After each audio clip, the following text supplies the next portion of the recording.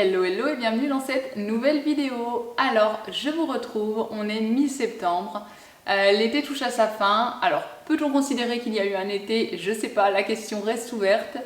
En tout cas, la rentrée a déjà eu lieu et c'est le moment idéal du coup pour repartir sur de nouvelles bases. Se sentir bien dans son corps, se sentir bien dans sa tête, c'est la base indispensable d'un bon équilibre.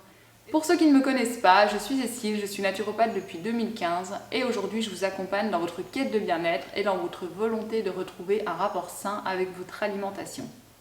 Allez, c'est parti pour les conseils. Alors, premier conseil, des matins sereins. On a tous envie de se lever le matin, de bonne humeur, tout va bien, on prend son petit déjeuner, on est serein. Bref, c'est un petit peu le matin idéal, mais ça se passe rarement comme ça. Du coup, qu'est-ce que l'on peut faire pour que ces matins se passent mieux? Alors, la clé, c'est d'avoir une bonne organisation. On est obligé de prévoir un petit peu à l'avance si on veut être un minimum serein le matin. Alors, je ne suis pas la reine de l'organisation, mais pourtant, avec quelques astuces, on peut se libérer un maximum de tâches le matin et du coup être beaucoup plus serein. Vous pouvez par exemple préparer vos affaires pour aller travailler, préparer le petit-déj en avance. J'ai des recettes telles que l'overnight porridge par exemple qui se prépare la veille au soir, vous n'avez plus qu'à le sortir le matin. En tout cas, avoir déjà l'idée de ce que vous allez manger le lendemain au petit déjeuner, préparer ce qui est possible avant d'aller vous coucher, préparer les affaires des enfants, préparer vos habits parce qu'il n'y a rien de pire que de se demander ce que l'on va mettre le matin au moment de partir. Si vous mangez au bureau, avoir bien préparé votre lunchbox, est-ce que vous voulez emmener à manger, ne pas chercher le matin, mince j'ai pas préparé, qu'est-ce que je peux emmener? Et ça vous permet en plus de savoir ce que vous mangez et de ne pas finir par aller vous chercher un jambon beurre à la boulangerie. Déjà ça sera moins coûteux et en plus vous mangez un peu plus de légumes et de bonnes choses pour votre corps qu'une simple baguette blanche avec du beurre et du jambon par exemple. À vous de voir après en fonction de vos habitudes, vous vous connaissez aussi, vous savez quelle est l'erreur que vous faites souvent le matin, analysez un petit peu vos départs le matin. Moi par exemple, je sais que j'ai tendance à toujours chercher mes clés. Eh bien, trouver un endroit pour poser ses clés, les accrocher et vérifier le soir avant d'aller vous coucher que les clés sont bien à cet endroit-là parce que ça c'est pareil. Si au moment de partir, vous cherchez vos clés dans toute la maison, du coup vous partez, vous êtes complètement en panique. Deuxième point, se coucher tôt. Alors, se coucher tôt, c'est facile à dire, c'est pas toujours aussi simple à appliquer, eh bien tout simplement parce que certains rentrent tard et que du coup vous avez envie de profiter chez vous le soir. Donc oui, c'est sûr, je le comprends. Après, il faut quand même trouver le juste milieu et voir de combien d'heures de sommeil vous avez besoin et en tout cas de ne pas vous coucher trop tard parce que avoir une bonne nuit récupératrice, c'est vraiment la garantie de passer une bonne journée le lendemain. Si vous avez besoin d'ailleurs d'astuces pour votre sommeil, j'ai mon petit guide téléchargeable dans lequel je vous donne des astuces bien-être au quotidien, alimentation, sommeil. C'est un guide qui est gratuit. Vous avez juste à cliquer sur le lien qui est en barre d'infos qui vous renvoie sur mon site et vous aurez accès donc à cet e-book téléchargeable gratuitement. Vous y trouverez des conseils sur le sommeil. Le troisième point, je vous en ai parlé un petit peu tout à l'heure, mais c'est d'anticiper votre petit déjeuner. Ayez de quoi vous préparer le matin un petit déjeuner de sain. Prévoyez la veille au soir ce que vous allez manger. Je sais que moi par exemple, j'aime bien préparer des banana bread.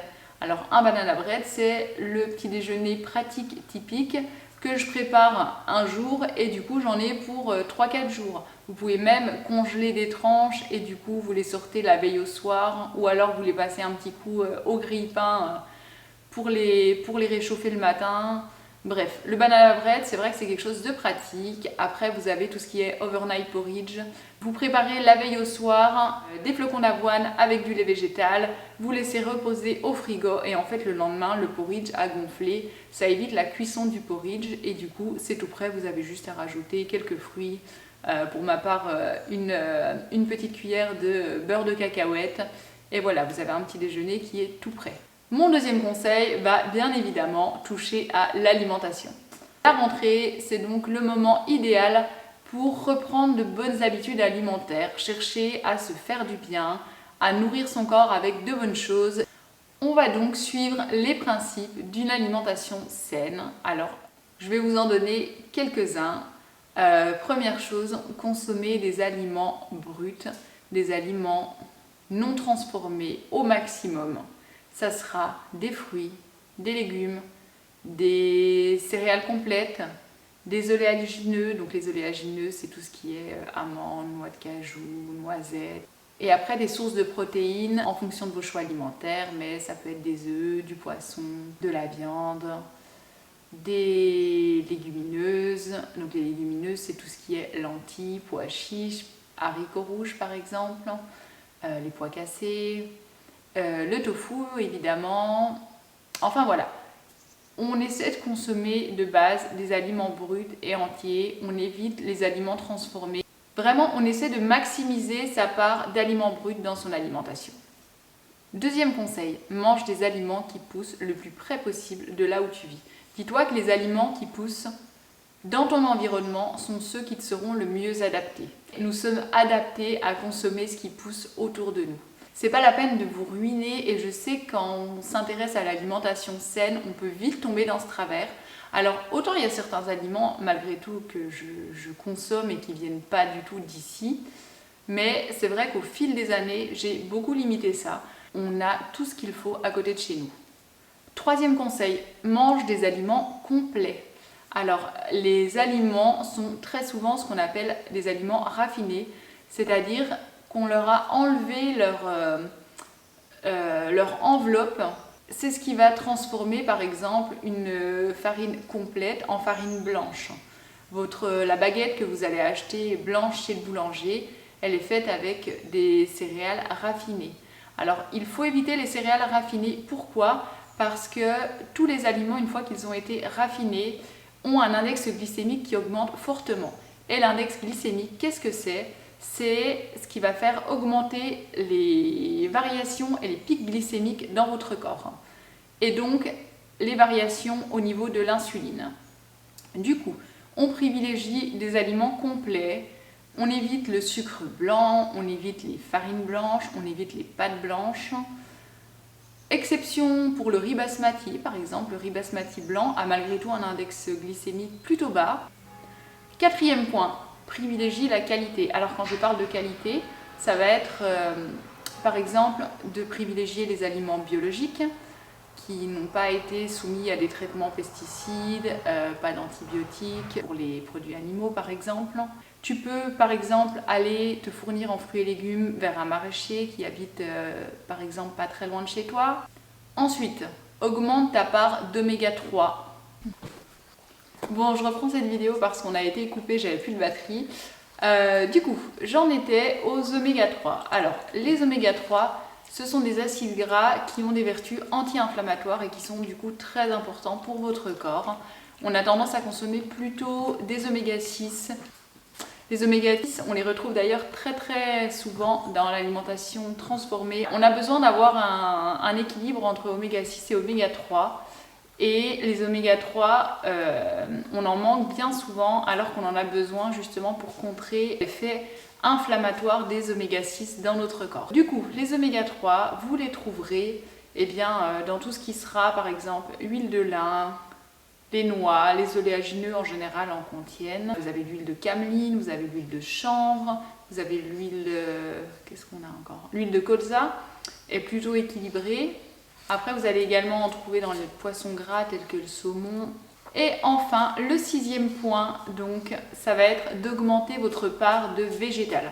Augmenter votre part de végétal, c'est vraiment quelque chose qui va vous aider à avoir une meilleure alimentation sans trop vous compliquer la vie. Juste pensez fruits, légumes, oléagineux, légumineuses et céréales complètes.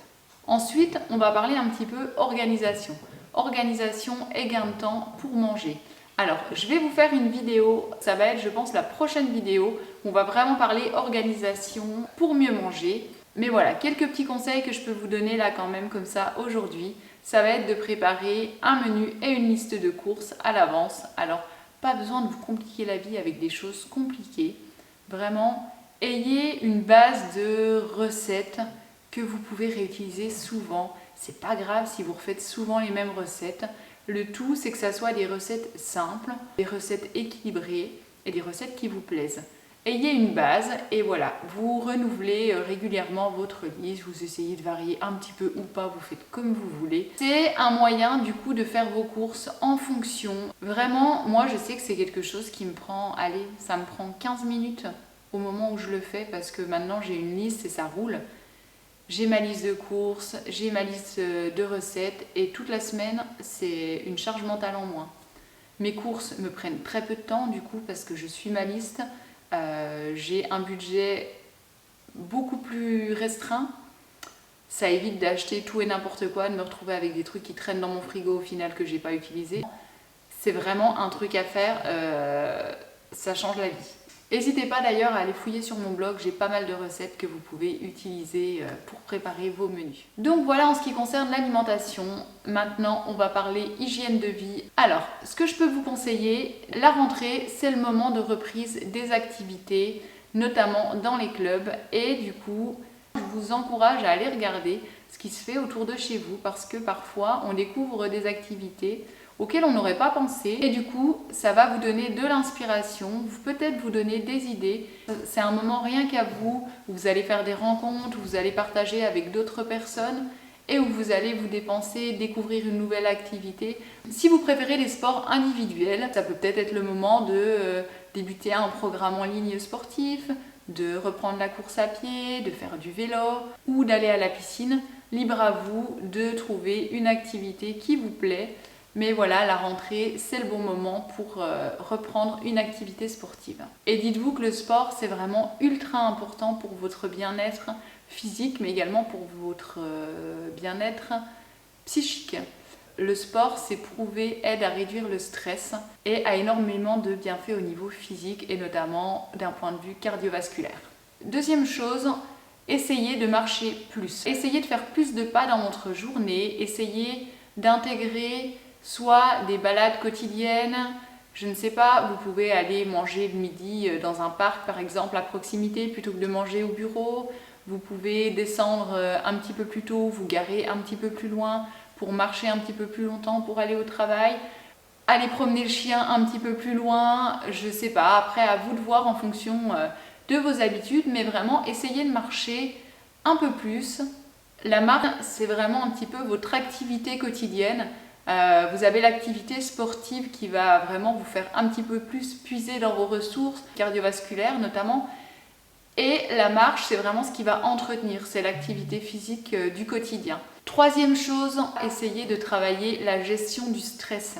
Alors, que ce soit par du yoga par exemple, par de la relaxation. Après, vous pouvez également pratiquer la méditation. Il y a un tas d'applications qui existent et qui peuvent vraiment vous permettre de faire des petites séances de méditation sur des durées très très variables en fonction de vos besoins. Les premières fois c'est très difficile, moi je sais que pendant longtemps je me suis dit je ne peux pas faire de la méditation, j'ai pas le caractère pour, mon cerveau il va à 1000 à l'heure, c'est impossible que je me pose.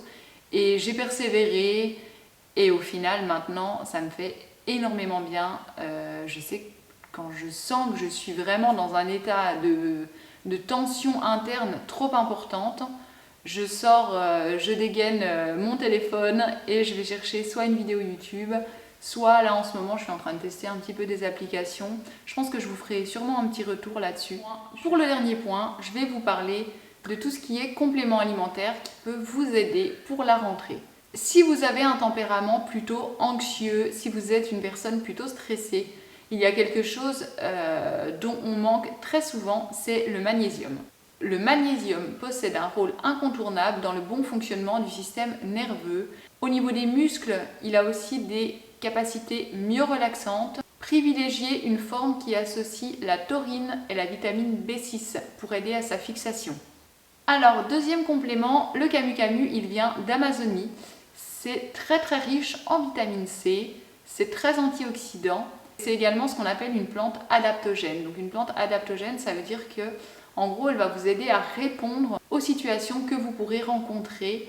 Elle va aider votre corps à s'adapter, d'où le nom de plante adaptogène. Le camu camu va vous servir en cas de stress, il va renforcer votre système immunitaire, il est très très riche en antioxydants et très riche en vitamine C. Donc c'est vraiment une baie qui a énormément de bienfaits. La spiruline, donc la spiruline pour le coup on la trouve beaucoup plus localement. La spiruline est très riche en fer, du coup elle sera très intéressante pour les personnes fatiguées. Elle va vraiment vous aider à vous recharger. Elle est riche en protéines aussi, du coup si vous avez une alimentation végane ou végétarienne, que vous pouvez manquer un petit peu de protéines, n'hésitez pas à vous supplémenter en spiruline. Et enfin, je vais vous parler de quelques plantes avec des vertus calmantes, tranquillisantes et du coup qui seront utiles pour le stress. On pourra citer par exemple la valériane, la passiflore, la mélisse. Elles auront une efficacité notamment sur le stress, sur le sommeil. Petit disclaimer pour tout ce qui est complément alimentaire. Avant de prendre un complément alimentaire, prenez conseil auprès de votre médecin, d'un naturopathe, de votre pharmacie. En tout cas, renseignez-vous, vérifiez bien tout ce qui est contre-indication, traitement en cours. Peut-être qu'un conseil va s'adapter à 99% des gens, mais si vous êtes dans les 1% qui ont une contre-indication, il faut vraiment vous renseigner personnellement en plus avant de prendre un complément alimentaire. Et voilà, cette vidéo est terminée. J'espère que ça vous a plu, que ça vous aura donné des clés pour aborder cette rentrée au mieux. En tout cas, si c'est le cas, donc n'oubliez pas de liker la vidéo, n'hésitez pas à vous abonner à la chaîne. Et moi, je vous dis à très bientôt, à la semaine prochaine avec une nouvelle vidéo. Allez, ciao!